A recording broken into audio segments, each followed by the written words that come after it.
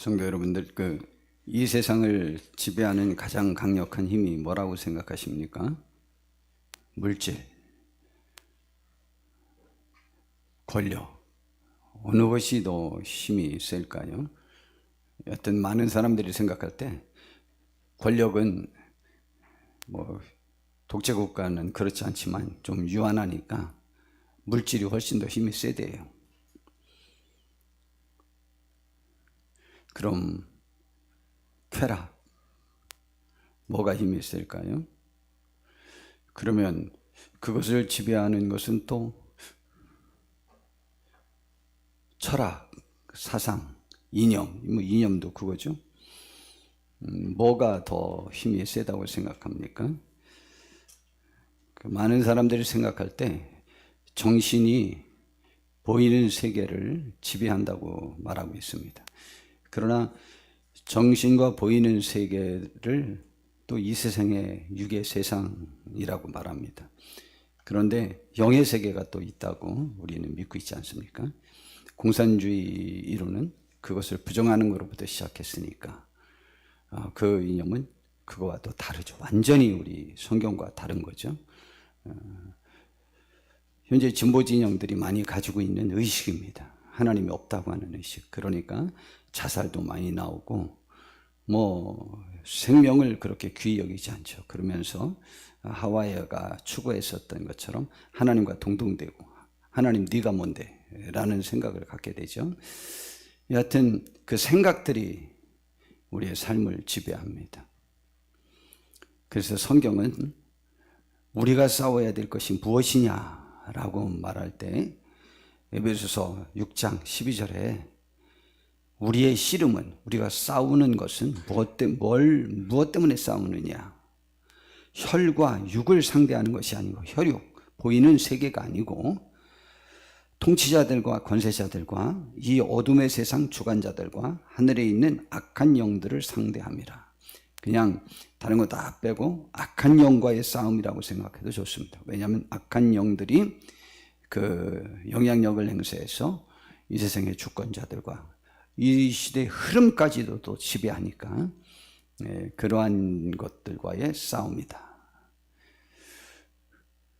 우리는 그 악한 영들은 우리에게 어떻게 오는지에 관해서 이해하셔야만 합니다. 창세기 3장에 보니까 에덴 동산에서 뱀인 사탄이 하와에게 왔습니다. 그래서 하와에게 물어봤어요. 이 선악과는 왜 먹지 말라고 그랬는데? 라고 물어봤어요. 그랬더니 하와가 그걸 먹으면 죽는다고 하나님이 말씀하셨다고 한다. 그랬더니 죽긴 왜 죽냐? 그거 먹으면 선악을 알게 되는 데에 하나님과 같이 될까 봐 하나님이 그것이 두려워서 못 먹게 했다. 이 말은 내가 당연히 누릴 주권과 권리를 하나님이 통제해서 자기 것으로만 이렇게 독재자처럼 권력욕을 지닌 자처럼 우리 인류를 지배하려고 하는 못된 속성을 갖고 있다. 저걸 따먹으면 하나님이랑 똑같아지니까 하나님과 대등하게 살 수 있다. 그게 두려워서 못 먹게 한 것이다. 이게 말이나 됩니까? 하나님이 사람도 만들고 천지도 만들고 우주 만물도 만들고 선악과와 생명나무를 만들었는데 그것 먹어서 하나님과 똑같아질 수 있으면 하나님이 그걸 만들 것 같아요? 하나님이 저처럼 정신이 오락가락 하시는 줄 알아요? 안 해요. 제가 정신이 오락가락 하는 건 아니지. 그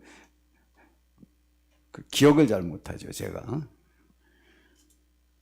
여하튼 그렇게 말을 했습니다. 하와가 그 말 들었을 때 무슨 생각이 들겠어요? 저 하나님이 아니 당연히 내가 누릴 권리를 쥐가 뺐었네. 이야, 좋은 분인 줄 알았더니 그냥 화가 난 거죠. 그래서 자기가 주권을 행사하고 하나님과 대등하게 이제 무엇이니까 할 마음이 생긴 거죠. 그게 축복인 줄 알고요.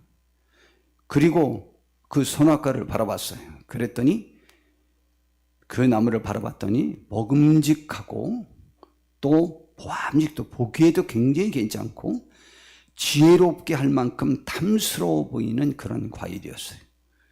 그래서 그 열매를 자기도 따먹고 그 즉시로 남편에게도 줬습니다. 정말 사탄의 말이 효과가 있었어요. 눈이 확 밝아졌어요. 밝아져서 자기가 부끄러운 존재라는 것을 생각하게 되었습니다. 그 전까지는 진짜 뻘개벗었거든요. 뻘개벗고 하나님이랑 같이 대화하고 다 그랬거든요. 전혀 부끄럽지 않았습니다.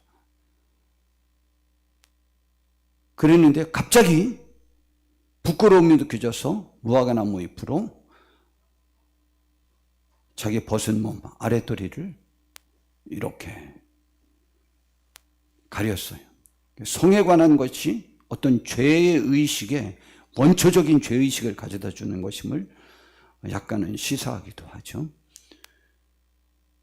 그리고는 이제 두 번째, 하나님이 동산을 거니는 소리가 들렸는데 그전까지 같으면 하나님 까꿍, 그리고 하나님도 놀래키고 가서 하나님이랑 대화를 했었던 둘이 뻘거벗은 상태라니까요. 그랬던 둘이 하나님의 소리를 듣고 무서워서 하나님의 낯을 피하여 나무 사이에 숨었습니다. 하나님이 물어봤죠. 야, 너 어딨냐? 너 왜 숨었냐? 이렇게 물었더니 아담이 말했어요. 하나님의 소리를 듣고 내가 벗었으므로 두려워하여 숨었나이다. 이게 벗은 게 뭐가 잘못인데? 그래서 우리가 내 주권을 하나님을 떠나서 하나님이나 나랑 똑같은데 하나님이 있다는 것 인정하기도 싫고 있다면 그분이 나를 간섭할 수 있다는 걸 전제하는 거니까 내 인생은 내 것이야. 그래서 흔히 여자분들이 하는 말이 성의 자기결정권을 주장하잖아요. 남자들은 그런 말 안 하거든요. 근데 여자들은 그런 말을 합니다. 성은 자기가 결정할 수 있다. 그런데 촌스럽게 무슨 가늠이니 뭐니 그런 소리를 하냐. 내가 원하면 하는 거지. 라는 말을 하거든요. 자, 그런데 여하튼 자기 주권을 주장했는데 오히려 더 남 앞에서 부끄럽고 자기를 내세울 수 없고 이상히 그렇게 살았는데 하나님이 두렵고 그러기 시작하는 거죠. 하나님이 이제 그것은 하나님이 벌 주기 전에 이미 자기 스스로가 그렇게 비참한 상태로 전락해 버리게 만들죠. 점점 고립되어져 가고. 그런데 하나님이 나타나셔서 결국 그들에게 벌을 주기 시작합니다. 여자에게 먼저 벌을 줬어요. 내가 임신하는 고통을 크게 더하고 수고하고 자식을 낳을 거다. 임신할 때도 힘들고 악인할 때도 힘들 거다. 이게 왜 임신이 그렇게 큰 벌인지에 관해서 그 고통을. 그리고 이제 그 다음 말씀이 참 불행인데 너는 남편을 원하고 남편은 너를 다스릴 것이니라. 이것을 현대어 성경에서는 너는 남편을 내 마음대로 하고 싶겠지만 오히려 남편이 너를 지배하게 될 것이다. 공동번역 성경에서는 남편을 마음대로 주무르고 싶겠지만 도리어 남편의 손아귀에 들리라 라는 거죠. 아니 부부가 재밌게 살아야 되는데 아담과 하와는 한 번도 다투지 않고 재밌게 잘 살았거든요. 그런데 선악과를 따먹자마자 이제 인류는 이제 아내는 끊임없이 남편을 주무르고 싶은 거예요. 내 마음대로 하고 싶은 거예요. 근데 결국은 남편의 손아귀에 들리라. 부부의 갈등이 아주 첨예하게 대립이 될 거라는 것이죠. 지금 우리나라의 상황과 너무 똑같지 않습니까? 여하튼 부부의 갈등의 고통, 이것이 하나님을 떠난 사람의 벌입니다. 그 다음에 이제 남자에게 벌을 줍니다. 인류에게 전체를 주는, 남자에게 주는 벌은 그냥 인류 전체에게 주는 대표자의 벌입니다. 아담에게 말했습니다. 너는 이제 평생 동안 땅이 너 때문에 저주를 받고 내가 평생에 수고하여야 그 힘쓴 결과로 먹고 살 수 있게 되리라. 그 전까지는 일 안 하고 먹고 살았거든요. 그런데 그 땅이 땅이 그냥 가만히 있지 않아요. 이제 저주를 받아서. 그냥 본래 100만큼 수고하고 100만큼 씨 뿌리면 그거에 100배 이상의 결실을 맺고 수확을 하여야 되는 것이 원칙인데, 땅이 가시덤불과 엉겅퀴를 내요. 그 정상적인 소출을 방해하는 일들이 많게 되는 거죠. 우리 삶에 얼마나 마음에 깊은 상처를 주는 아픔들이 있습니까? 사기꾼들을 만나서, 혹은 장마가 져서 뭐가 어때서 날씨가 어때서 뭐가 어때서 소출이 나기는커녕 내 평생 수고한 거 다 잃어버릴 때도 얼마나 많은지 모릅니다. 그뿐만이 아니고 내 마음도 허황된 것을 쫓다가 완전히 다 날릴 때도 얼마나 많습니까? 정말 피투성이 나는 상처죠. 엉겅퀴는 그 줄기에 가시가 있는 거 아십니까? 가시덤불과 엉겅퀴, 가시덤불, 엉겅퀴 다 그런 거예요. 오히려 그 생산 현장에서 우리가 피투성이가 되는 거죠. 삶의 현장에서. 그러한 고통을 받으리라. 그뿐만이 아니고 너는 땅에서 이렇게 흙으로 왔으니까 너는 결국은 죽게 되어서 흙으로 돌아갈 것이다 라는 저주를 받습니다. 하나님의 주권이 기분 나쁘고 하나님이 나를 주관하는 것이 나의 주인 되시고 나의 구세주 되시고 나의 아버지 되시고 나의 왕 되시고 나의 힘이 되시고 나의 모든 것 되시는 것이 싫어서 주권을 내가 얻어야 된다고 생각했었던 그것이 사탄의 말이거든요. 그런데 그 말에 혹하여 그렇게 했다가 인류가 지금 이렇게 피투성이가 된 상태가 되었습니다. 고린도후서 11장 3절에 뱀이 그 간계로 하와를 미혹한 것 같이 너희 마음이 그리스도를 향하는 진실함과 깨끗함에서 떠나 부패할까 두려워하노라. 우리가 예수님에게서 떠나는 그러한 것들에 대하여 마땅한 가치가 있는 행위라고 생각하게 하고 행동하게 할 수 있는 그러한 모든 이론들에게서 우리는 승리하셔야만 하는 것이죠. 그래서 골로새서 2장 8절에는 누가 철학과 헛된 속임수로 너희를 사로잡을까 주의하라. 이것은 사람의 전통과 세상의 초등학문을 따름이요 그리스도를 따름이 아니니라 라고 말하고 있습니다. 우리는 이 세상에 있는 모든 사상, 이념, 주의, 또한 학문, 모든 것 마찬가지입니다. 그러한 것들이 꼭 그리스도를 따르는 것이 아니거든요. 거기에 절대 가치를 부여해서는 안 됩니다. 과학자들이 자신들의 과학은 가변적 진리라고 말하거든요. 새로운 그 과학적 지식에 대한 새로운 이론이 발견되기 전까지의 진리일 뿐이다 라고 말하고 있죠. 근데 우리는 절대적으로 신봉하잖아요. 나중에 다 바뀔 건데, 특별히 주님이 다시 오실 날 모든 것이 다 없어지는데,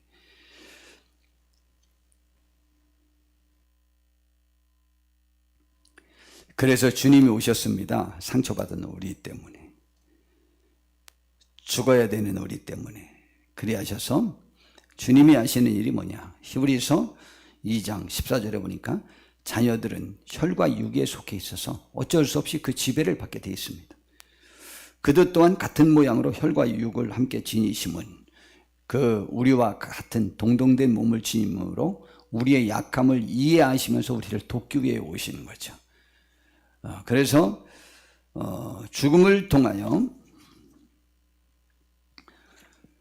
죽음의 세력을 잡은 자, 곧 마귀를 멸하시며, 예수님이 죽으셨거든요. 그리고 다시 살아나셨어요. 그 마귀는 결국 사람을 죽이려고 한 것이거든요. 사탄은 그런 일을 합니다.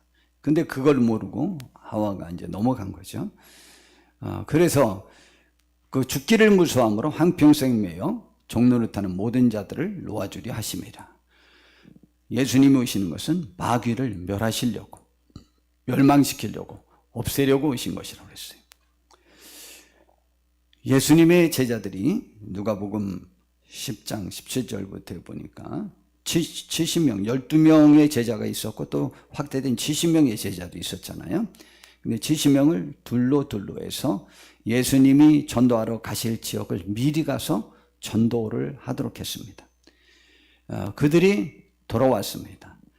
그들이 너무 기뻤어요. 돌아와서 70인이 기뻐하며 돌아와 이르되 주여 주의 이름이면 예수님의 이름으로 이렇게 명령을 했더니 귀신들도 우리에게 항복합니다 라고 말했습니다. 얼마나 기분 좋겠어요. 그런 일이 벌어질 줄은 꿈에도 생각을 못했는데 말입니다. 그랬더니 예수님이 이런 말씀을 하셨어요. 사탄이 하늘로부터 번개같이 떨어지는 것을 내가 봤다 그랬어요. 제자들은 귀신이라고 평했는데 귀신을 쫓아냈어요. 귀신을. 근데 예수님은 이 땅에 있는 귀신들이 예수님의 이름으로 귀신이 우리 사람들에게 들어와서 사람을 괴롭히고 질병을 앓게 하고 정신을 이상하게 하고 이렇게 만들거든요. 그런데 그래서 그 귀신을 쫓아내서 고쳐줬더니 예수님은 그 귀신들이 쫓아내질 때 하늘로부터 번개같이 사탄이 떨어지는 것을 봤대요. 그렇다면 귀신과 사탄은 한 통속이죠. 그래서 사탄이 모든 악한 영들의 왕을 사탄이라고 말하고 그 졸개격에 그 부하격에 그 하급격에 우리 귀신이 있다고 이렇게 생각하고 있습니다. 그것이 맞을 것 같아요. 결론은 다 사탄의 세력이죠. 각각 좀 하는 일이 달라서 그렇지 사탄은 교회를 방해하고 신앙을 방해해서 악한 영을 들어가게 해서 그 철학, 이념, 사상, 주의 이런 것들을 통해서 자기 고집 이런 것들을 통해서 하나님을 거절하게 만들고 귀신 들림은 우리의 삶을 괴롭히는 거죠. 육체의 질병을 갖게 하고 또 그 정신이 이상해서 정상적인 생활을 못하게 한다든가 그런 일을 해서 그건 교회를 방해하지 않아요. 다만 그 스스로의 삶을 내 가정을 내 육체를 배만케 하는 것이 귀신인데 하나님이 그 귀신의 두목이겠어요? 아니요. 귀신을 이길 수 있고 내쫓을 수는 있지만 그 두목이며 시켜서 그러는 건 아니에요. 자, 그런데 여하튼 사탄이 전부 지배하는 거죠. 그 악한 영들인 것이죠. 그것이 떨어지는 것을 보았다. 그래서 예수의 이름은 귀신도 사탄도 떨어뜨리고 죽이고 없애고 쫓아낼 수 있는 권세가 있다고 하는 것입니다. 다윗 왕이 17살 때 기름 부음 받기 전에 왕이 되는 것을 알기 전에 17살 때 그 집에 8형제가 있었는데 다윗이 막내였어요. 사무엘 선지자가 이 집에 왕이 될 사람이 있으니까 아들들을 좀 들여보내라고 그랬어요. 그래서 첫째 아들 엘리압부터 다 사무엘 선지자 앞에 나왔는데 다 아니라는 거예요. 굉장히 키도 크고 잘생겼거든요. 그래서 그때 사무엘 선지자가 속으로 감탄했잖아요. 이야, 하나님은 진짜 사람 잘 고른다. 저렇게 잘생긴 사람이면 왕이 될 수 있겠지라고 했을 때 하나님이 유명한 말씀을 하시잖아요. 사람은 사람의 외모를 보거니와 나 여호와는 사람의 중심을 보느니라. 마음 씀씀이가 어떤지를 보느니라. 그랬어요. 우리는 마음의 씀씀이가 다윗 왕의 형들처럼 잘생겼든 또 노트르담 고추처럼 생겼든 우리는 다 마음만은 하나님 앞에 다 합격되는 귀한 분들 다 되시기를 바랍니다. 그것이 외모가 잘생기면 안 된다는 얘기가 아니에요. 부자는 안 된다는 얘기도 아니고 왕은 안 된다는 얘기도 아니고 또 세계적인 스포츠 스타 연예인은 안 된다는 얘기가 아니에요. 성경에서 가장 하나님의 말씀대로 잘 산, 그래서 하나님의 축복을 가장 잘 받은 사람이 최고의 권력자인 다윗 왕이었습니다. 그러니까 그거는 그런 것과는 아무 상관이 없어요. 물론 처음에는 가장 그 가족 중에서도 인정받지 못하는 사람이었지만, 그런데 다윗이 결국 만내까지 가가지고 그 가정 그 누구도 다윗에게 주목하지 못했는데 그가 부름받아 왔습니다. 불려왔습니다. 양을 치고 있다가 그에게 하나님이 기름 부어 왕으로 세우라고 해서 사무엘이 기름 불병을 가져다가 그의 형제 중에서 그에게 부었더니 이날 이후로 다윗이 여호와의 영에 크게 감동되었댔어요. 이걸 갖다 성령 충만했다라는 얘기요. 성령 충만해졌어요. 그러더니 그 다음에 얼마 후에 블레셋이 이 사울 왕인 이스라엘 나라에 쳐들어왔습니다. 그때 우리가 잘 아는 큰 블레셋의 장군 골리앗이 오지 않습니까? 키가 2m 70. 2m 70이면 대부분 호리호리해서 잘 걷지도 못하고 막 그러는데 뭐 그런 사람 요즘 없지만 2m 45만 돼도 그런데 이건 2m 70인데 건장한 장수요. 다윗은 뭐 사울 왕보다도 이 어깨 하나가 작았으니까 이 머리 하나가 그러니까 둘이 싸움이 붙게 되잖아요. 그때 아버지의 심부름으로 형들 3명이 전쟁터에 나갔는데 그들을 안부를 좀 묻고 와라 라고 해서 심부름 갔다가 싸움이 일어났습니다. 그걸 보고 그 골리앗을 죽여야 되겠다고 생각하고 죽입니다. 그리고 그는 그 나갈 때에 또 여호와의 구원하심이 칼과 창에 있지 아니함을 이 무리에게 알게 하리라. 전쟁은 여호와께 속한 것인즉 그가 너희를 우리 손에서 넘길 것이라고 했고 또 다윗은 기름 부음 받은 이후로부터 사울 왕이 악령이 들려 시달릴 때 그가 수금을 타고 찬양을 하면 악령이 나가는 능력을 받게 되었습니다. 예수님은 마가복음 1장 21절부터 보니까 가버나움이라는 곳으로 들어가셨습니다. 근데 마침 그들의 해당에 더러운 귀신 들린 사람이 있어서 소리를 지르면서 나사렛 예수야 우리가 당신과 무슨 상관이 있나이까? 우리를 멸하러 왔나이까? 라고 말하면서 그 귀신 들린 자가 소리쳤어요. 나는 당신이 누구인 줄 아노니 하나님의 거룩한 자입니다. 라는 거죠. 귀신은 알아요. 사람은 모르지만. 그래서 예수님이 말씀하셨습니다. 꾸짖으시면서 잠잠하고 그 사람에게서 나오라 했더니 더러운 귀신이 그 사람에게서 경련을 일으키고 큰 소리를 지르면서 나왔습니다. 모든 사람이 다 놀라갖고 서로 물으면서 이렇게 말했습니다. 이는 어찌 미냐? 권위 있는 새 교훈이로다. 더러운 귀신들에게 명한즉 순종하는도다 하면서 깜짝 놀랐습니다. 예수님은 이렇게 귀신을 명령해서 쫓아낼 수 있는 권한이 있음을 분명히 하셨습니다. 그 예수님이 마태복음 28장 18절에 예수께서 나와 말씀하여 이르시되 하늘과 땅의 모든 권세를 내게 주셨다고 말했습니다. 오늘 저는 하늘과 땅의 권세를 지니신 예수님을 소개해 드리려고 하는 겁니다. 그리고 하늘과 땅의 권세를 지닌 하나님의 자녀가 되는 권세를 얻는 법도 알려드리려고 합니다. 또한 하나님의 자녀의 권세가 또한 얼마나 대단한지도 말씀드리려고 하는 거죠. 예수님이 이어서 또 마가복음 16장 17절에서 18절에 이런 말씀도 주셨습니다. 믿는 자들에게는 이런 표적이 따르리니 곧 그들이 내 이름으로 귀신을 쫓아내며 새 방언을 말하며 뱀을 집어 올리며 무슨 독을 마실지라도 해를 받지 아니하며 병든 사람에게 손을 얹은 즉 나을 수도 있다고 말씀하셨습니다. 나을 것이라고 말씀하셨어요. 믿고 행하면 된다는 거죠. 사도들도 이 예수의 이름을 사용했습니다. 베드로도 무엇보다 귀중한 이 예수의 이름을 사용했습니다. 이 예수님의 이름은 하나님의 아들의 권세를 말합니다. 사도행전 3장에 보니까 베드로가 그 제9시니까 오후 3시에 오후 기도를 하러 성전에 들어가고 있었습니다. 그런데 거기에 나면서부터 안진뱅이였던 약 40세 되었던 사람이 성전 미문, 아름다운 문이라고 하는 곳에서 매번 구걸을 하는 사람이 있었습니다. 그런데 그날따라 그 베드로가 지나가다가 그 사람이 눈에 띄었습니다.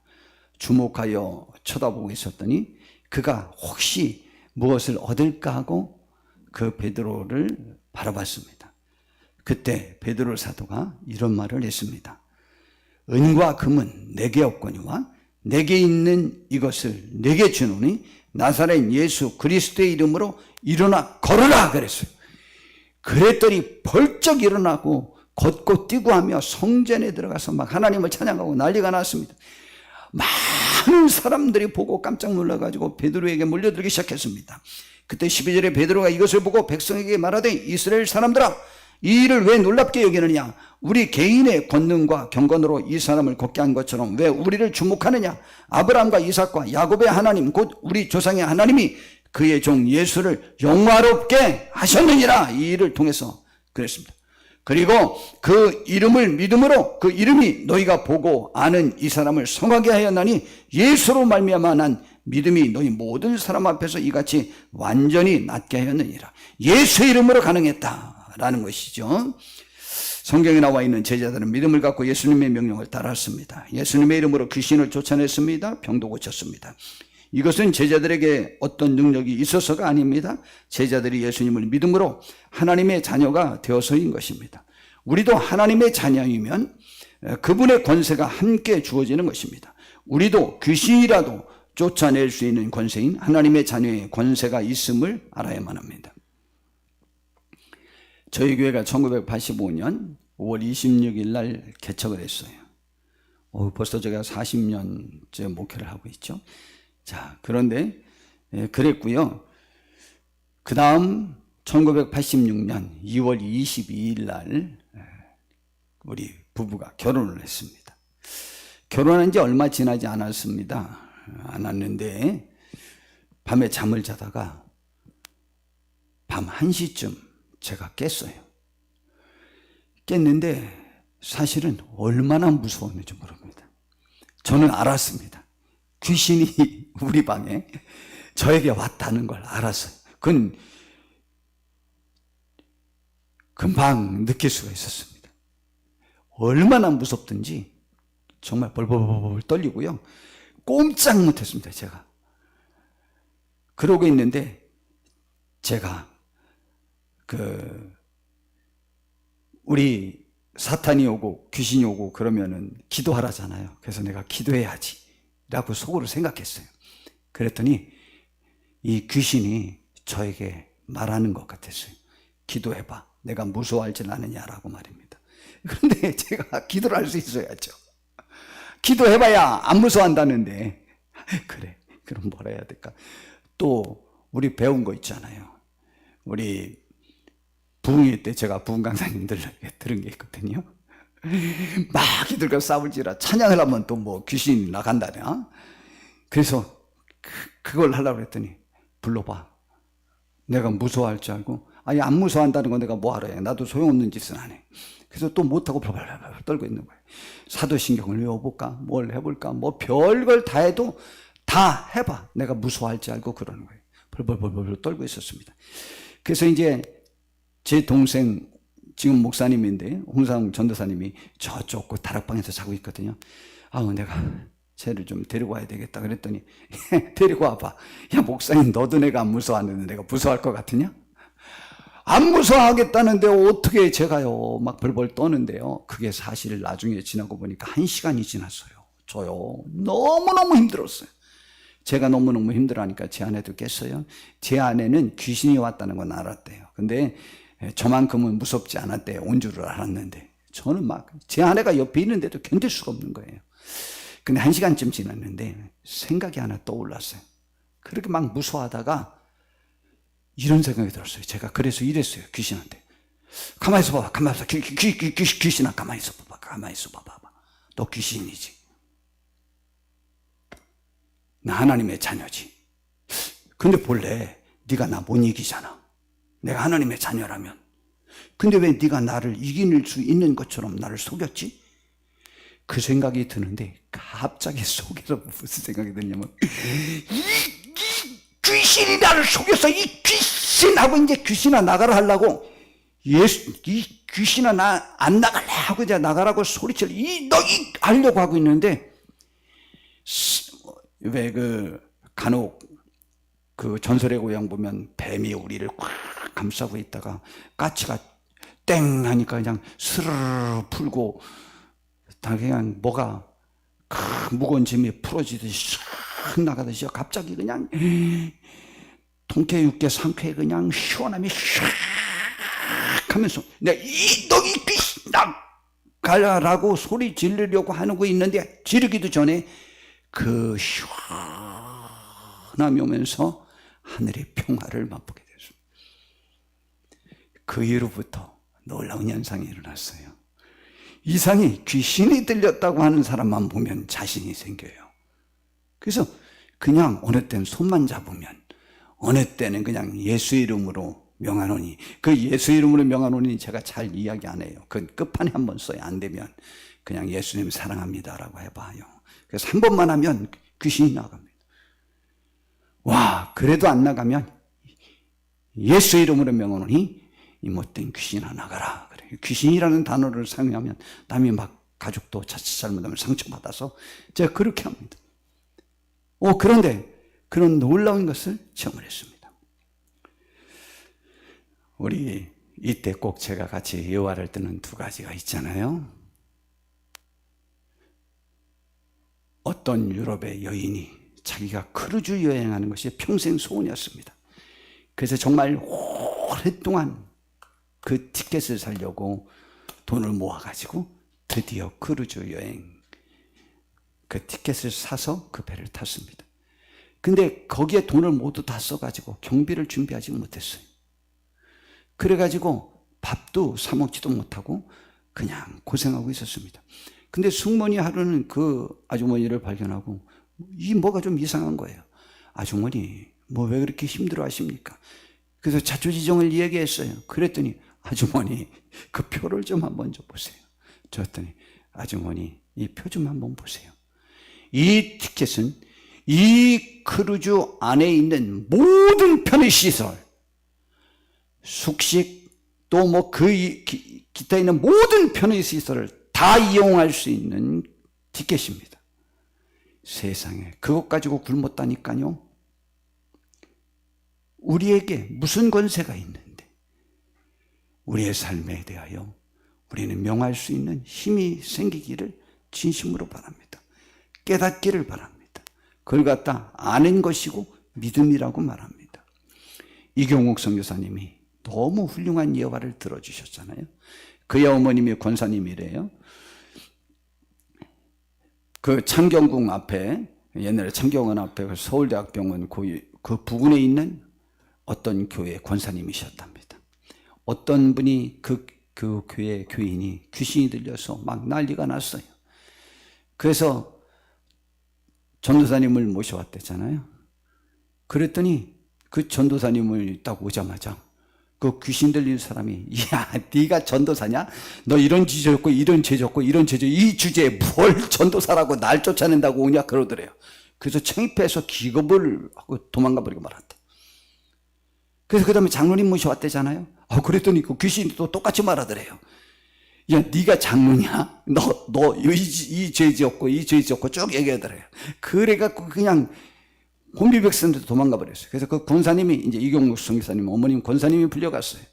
그랬더니 똑같이 말하더래요. 그랬더니 권사님이 다 듣더니 야 이 귀신아 나 본래 그런 년인 거 너 몰라?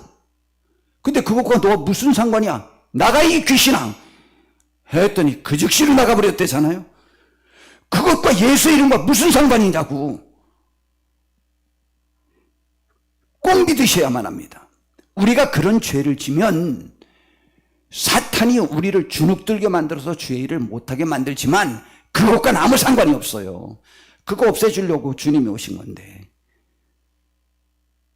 예수 이름의 권세는 그러한 권세가 있음을 우리는 아셔야만 합니다. 우리 모두 이 약속 따라 주의 말씀을 전하셔야만 합니다.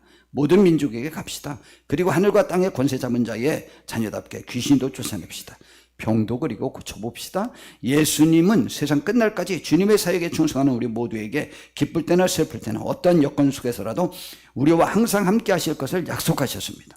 그리고 우리는 우리와 함께 하시는 주님으로 말미암아 넉넉히 이기고 남을 만한 승리가 함께 주어질 것을 분명하게 약속하셨습니다. 너무 강한 선포, 너무 복된 선포가 있잖아요. 로마서 8장 32절부터 37절에 보니까 자기 아들을 아끼지 아니하시고 우리 모든 사람을 위하여 내주신 이가 어찌 그 아들과 함께 모든 것을 우리에게 주시지 아니하겠느냐. 구원뿐만이 아니고 삶에 필요한 모든 것도 해결해 주시겠다고 약속하신 거죠. 누가 능히 하나님께서 택하신 자들을 고발하리요. 의롭다고 하신 이는 하나님이시니 고발을 왜 할까? 우리의 무슨 건덕지가 있어서 그런 거죠. 죄도 있고 잘못한 게 있으니까 그걸 갖고 자꾸 시비 붙는 거죠. 누가 정죄하리요? 죽으실 뿐 아니라 다시 살아나신 이는 그리스도 예수시니 그는 하나님 우편에 계신 자요 우리를 위하여 지금도 기도해 주고 계시는 분이에요. 그거 다 알고 누가 우리를 그리스도의 사랑에서 끊으리요? 그러니까 우리의 잘못을 사탄이 가서 아무리 고발해도 예수님이 너 그거 내가 몰랐던 것처럼 얘기하냐? 내가 그것 때문에 그 사람 위해서 죽어줬고 그래서 용서해줬고 그래서 지금도 그 사람 위해서 기도하고 있잖아. 이 사탄아 그걸 왜 나한테 와도 짓거려? 뭐 이런 거죠. 누가 우리를 그리스도의 사랑에서 끊으리요? 환난이나 곤고나 박해나 기근이나 적신이나 위험이나 칼이랴. 기록된 바 우리가 종일 주를 위해 죽임을 당하게 되며 도살당할 양같이 여김을 받았나이다 함과 같으니라. 그러나 이 모든 일에 우리를 사랑하시는 이로 말미암아 우리가 넉넉히 이기느니라. 내가 확신하노니 사망이나 생명이나 천사들이나 권세자들이나 현재일이나 장래일이나 능력이나 높음이나 기쁨이나 다른 어떤 피조물이라도 우리를 우리 주 그리스도 예수 안에 있는 하나님의 사랑에서 끊을 수 없으리라 라고 이렇게 말하고 있습니다. 굳이 말하면 보이는 세상의 모든 것들이나 영적 세계나 우리를 하나님의 사랑에서 끊을 수 없다. 우리가 하나님의 자녀의 권세를 누리는 데 있어서 방해가 될 수 없다 라고 선포해 준 거죠. 그러므로 우리는 언제나 우리의 연약한 상태라도 명령하면서 우리의 상태에서 탈출하셔야만 합니다. 그러면 우리는 어떻게 해야 하늘과 땅의 권세를 지닌 하나님의 자녀가 되는 권세를 얻을 수 있을까요? 예수님을 이 시간 영접하면 됩니다. 곧 예수님을 믿으면 된다는 말입니다. 오늘 성경 본문 요한복음 1장 12절에 영접하는 자, 영접, 곧 그 이름을 믿는 자들에게는 하나님의 자녀가 되는 권세를 주시겠다고 약속을 하셨습니다. 영접이 뭐냐? 우리 다른 사람을 맞이하는 것을 말합니다. 그리고 영접이라는 단어를 쓸 때는 나보다 귀한 사람을 모셔드릴 때, 환영할 때 영접이라고 말합니다. 그래서 그 대통령이 국가의 원수들이나 귀빈들을 모셔서 대접하는 곳을 갖다 영빈관이라고 말하잖아요. 공항에 영접하러 간다고 말하잖아요. 예수님을 우리가 이 세상에서 제일 귀한 분으로, 제일 환영하고 내가 사랑하고 기뻐하는 분으로 받아들이는, 내 마음에 받아들이는 것을 갖다가 영접이라고 말합니다. 이걸 다른 말로 바꾸면 곧 그 이름, 예수 이름을 믿는 자들에게는, 예수님을 믿는 자나 영접이나 같은 말이에요. 그런 자는 뭘 주냐? 하나님의 자녀가 되는 권세를 준다고 그랬어요.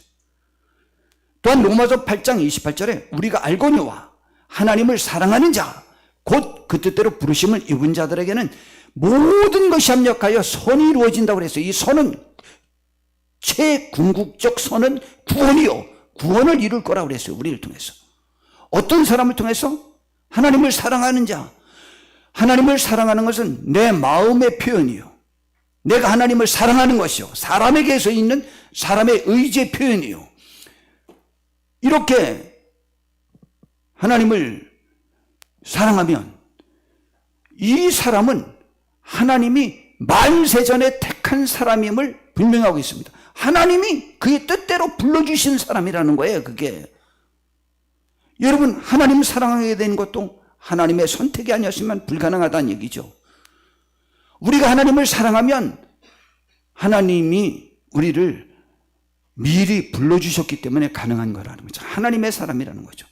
영접하는 자, 곧 그 이름을 믿는 자들에게는 하나님이 주실 수 있는 하나님의 자녀의 권세를 주듯이 우리가 하나님을 사랑하면 하나님이 미리 택해 주신, 불러주신 하나님의 사람으로 불러주신 사람이라는 것이죠.